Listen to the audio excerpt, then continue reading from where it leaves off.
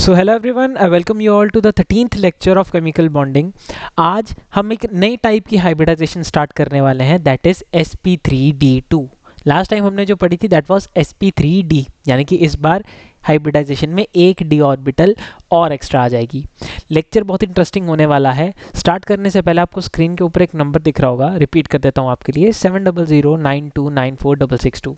अगर आप हमसे ऑनलाइन पढ़ना चाहते हैं देन इस नंबर पर इंक्वायरी भेज सकते हैं, और अगर आप जलंधर या नियर बाय एरिया से बिलोंग करते हैं तो आप हमारा ऑफलाइन बैच भी ज्वाइन कर सकते हैं। ठीक है, बिना टाइम वेस्ट किए लेक्चर को स्टार्ट करते हैं। देखिए भाई, आपके सामने आज जो हम रखने वाले हैं दैट इज sp3d2 हाइब्रिडाइजेशन। यानी कि नाम से हमें इतनी चीज़ तो क्लियर है कि इसमें एक s ऑर्बिटल, 3 p ऑर्बिटल्स और 2 d ऑर्बिटल्स होंगी। ठीक है, sp3d2 हाइब्रिडाइजेशन में एक s, 3 p और 2 d ऑर्बिटल्स होंगी। ठीक है, तो बेसिकली होने वाला क्या है यहाँ पे, when 1s orbital, 3 p orbitals and 2 d orbitals, यहाँ पर जो हमने कंसीडर की हैं दैट आर dz² और dx² माइनस y²।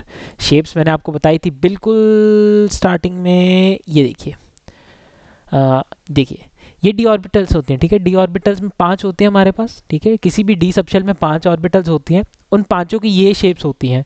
तो उसमें आज हम एक ये वाली डी ऑर्बिटल उठाएंगे और एक डी ऑर्बिटल हम dz² वाली उठाएंगे। क्लियर है भाई? चलिए टॉपिक पे वापस आते हैं। किधर गया? हाँ चलिए, तो हमने क्या इतनी डी ऑर्बिटल्स ली, ये कंबाइन होती हैं क्या करने के लिए, they combines to form 6 new identical orbitals. ठीक है, 6 न्यू आइडेंटिकल ऑर्बिटल्स बनाएंगी जो कि हमारी हाइब्रिड ऑर्बिटल्स होंगी ऑब्वियसली। ठीक है, with same energy, and this process is known as sp3d2 hybridisation. ठीक है, डायग्रामेटिकली समझो तो आपको समझ आएगा। हमने एक हमारी s ऑर्बिटल ले ली यहाँ पे, ये 3 p ऑर्बिटल्स हैं। मैंने लास्ट लेक्चर में भी बताया था कि मैं इनको एक साथ ही ड्रॉ कर देता हूँ, px, py और pz। ठीक है, मैंने तीनों एक साथ ही ड्रॉ कर दिए, तीनों p ऑर्बिटल्स को। फिर हमने ली 2 d orbitals, one is dz² and the another one is the dx² minus y²। Clear है, 2 d ऑर्बिटल्स ले ली। ये क्या करेंगी, sp3d2 हाइब्रिडाइजेशन में जाएंगी और हमारे पास इस फॉर्मेट में कुछ 6 हाइब्रिड ऑर्बिटल्स को तैयार कर देंगी। ठीक है, 6 हाइब्रिड ऑर्बिटल्स को तैयार करेंगी। अब यहाँ पर भाई आपको एक बहुत बेसिक चीज़ पता होनी चाहिए, दैट इज़ कि जब हमारे पास 6 हाइब्रिड ऑर्बिटल्स अरेंज होती हैं, ठीक है, तो 6 हाइब्रिड ऑर्बिटल्स अरेंज होके हमारे पास 90 डिग्री का बॉन्ड एंगल रिप्रेजेंट करती हैं।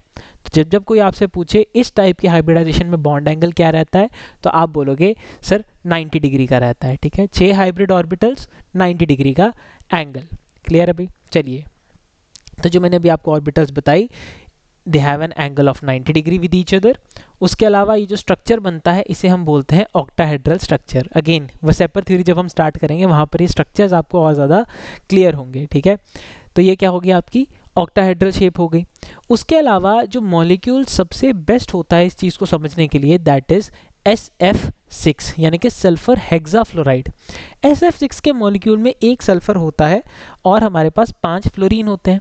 मतलब यहाँ पर हम क्या करेंगे, सल्फर की हाइब्रिड ऑर्बिटल्स को प्रिपेयर करेंगे। ठीक है, हमने 6 हाइब्रिड ऑर्बिटल प्रिपेयर करने हैं सल्फर की, बाद में उन 6 हाइब्रिड ऑर्बिटल्स को 6 फ्लोरीन के साथ जोड़ देंगे। तो SF6 देखो, सल्फर कितने पे आता है बच्चों, सल्फर का एटॉमिक नंबर होता है 16।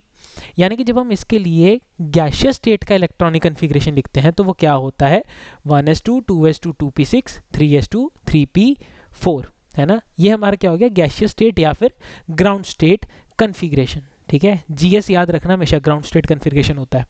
ठीक है, कुछ बच्चे होते हैं जो मतलब बिल्कुल बीच में से आए हैं, उन्होंने पिछले लेक्चर्स नहीं देखे। ठीक है, तो उनके लिए बता रहा हूँ, GS का मतलब होता है ग्राउंड स्टेट और ES का मतलब होता है एक्साइटेड स्टेट। ग्राउंड स्टेट से एक्साइटेड स्टेट में जाने के लिए बच्चों आपको सिर्फ क्या करना होता है, एनर्जी देना होता है। क्लियर हो गया भाई? चलिए, अब हम जाने वाले हैं एक्साइटेड स्टेट में, एनर्जी देंगे। जब हम एनर्जी देते हैं एटम को तो इलेक्ट्रॉन एक्साइट होते हैं, अपने से हायर एनर्जी लेवल में जाते हैं, जिसे हम एक्साइटेड स्टेट बोलते हैं। तो एक्साइटेड स्टेट में क्या होगा बच्चों, एक्साइटेड स्टेट में यहाँ पर मान लीजिए एक 3d0 भी मैंने लिखा हुआ है। ठीक है, यहाँ पर मान लीजिए एक 3d है जो पूरे तरीके से खाली है, 3d सबशेल पूरी खाली है। यहाँ पर क्या होगा, 3s का एक इलेक्ट्रॉन और 3p का एक इलेक्ट्रॉन। ठीक है, 3s में से एक इलेक्ट्रॉन जाएगा जी और 3p में से एक इलेक्ट्रॉन जाएगा इस 3d में, यानी कि एक्साइटेड स्टेट में हमारी कन्फिग्रेशन क्या बन गई, 1s2 2s2 2p6 3s1 3p3 3d2। Clear हो गया, इतनी बात समझ आई। चलिए भाई अब हम बात करते हैं इसको रिप्रेजेंट कैसे किया जाएगा। तो जितने जितने आपको इलेक्ट्रॉन्स दिख रहे हैं उतने उतने इलेक्ट्रॉन्स बना दो और नज़र सिर्फ रखो किस पे, जहाँ पर हाफ फिल्ड ऑर्बिटल्स हैं। हमने हाफ फिल्ड ऑर्बिटल्स पकड़ी 3s वाली, 3p वाली और 3d की 2, माने एक s ऑर्बिटल अवेलेबल है, 3 p ऑर्बिटल्स अवेलेबल हैं और 2 d ऑर्बिटल्स हैं। तो ये पॉसिबली किस टाइप की मिक्सिंग में जा सकती हैं, किस टाइप की हाइब्रिडाइजेशन में जा सकती हैं, sp3d2। यानी कि ये मिलके क्या करेंगी, हमारी 6 हाइब्रिड ऑर्बिटल्स बना देंगी।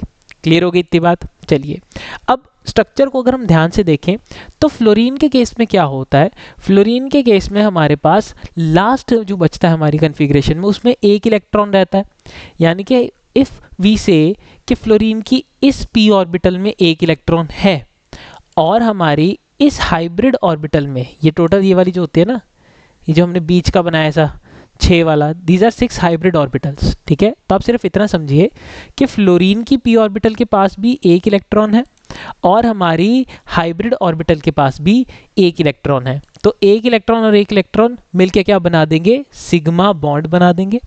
ऐसा ही एक सिग्मा बॉन्ड इधर भी बनेगा, ऐसा ही एक इधर भी बनेगा, एक बनेगा इधर, एक बनेगा इधर और एक बनेगा इधर। क्लियर हो गया। यानी कि इस केस में व्हाट वी हैव इज हमारा SF6 का मॉलिक्यूल कुछ इस तरीके से दिख रहा होगा। इसे हम बोलते हैं ऑक्टाहेड्रल शेप या फिर ऑक्टाहेड्रल ज्योमेट्री।